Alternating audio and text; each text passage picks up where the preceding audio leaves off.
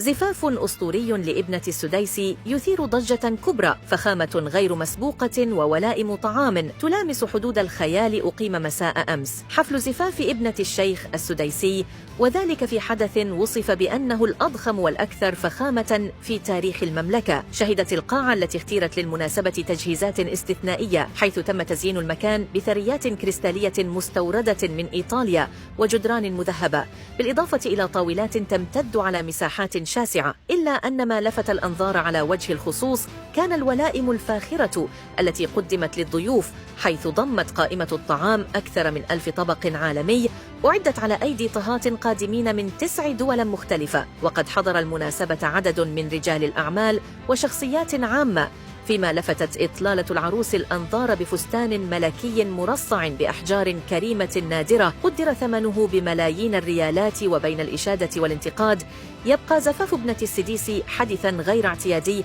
سيذكر طويلاً في سجل مناسبات المملكة التاريخية.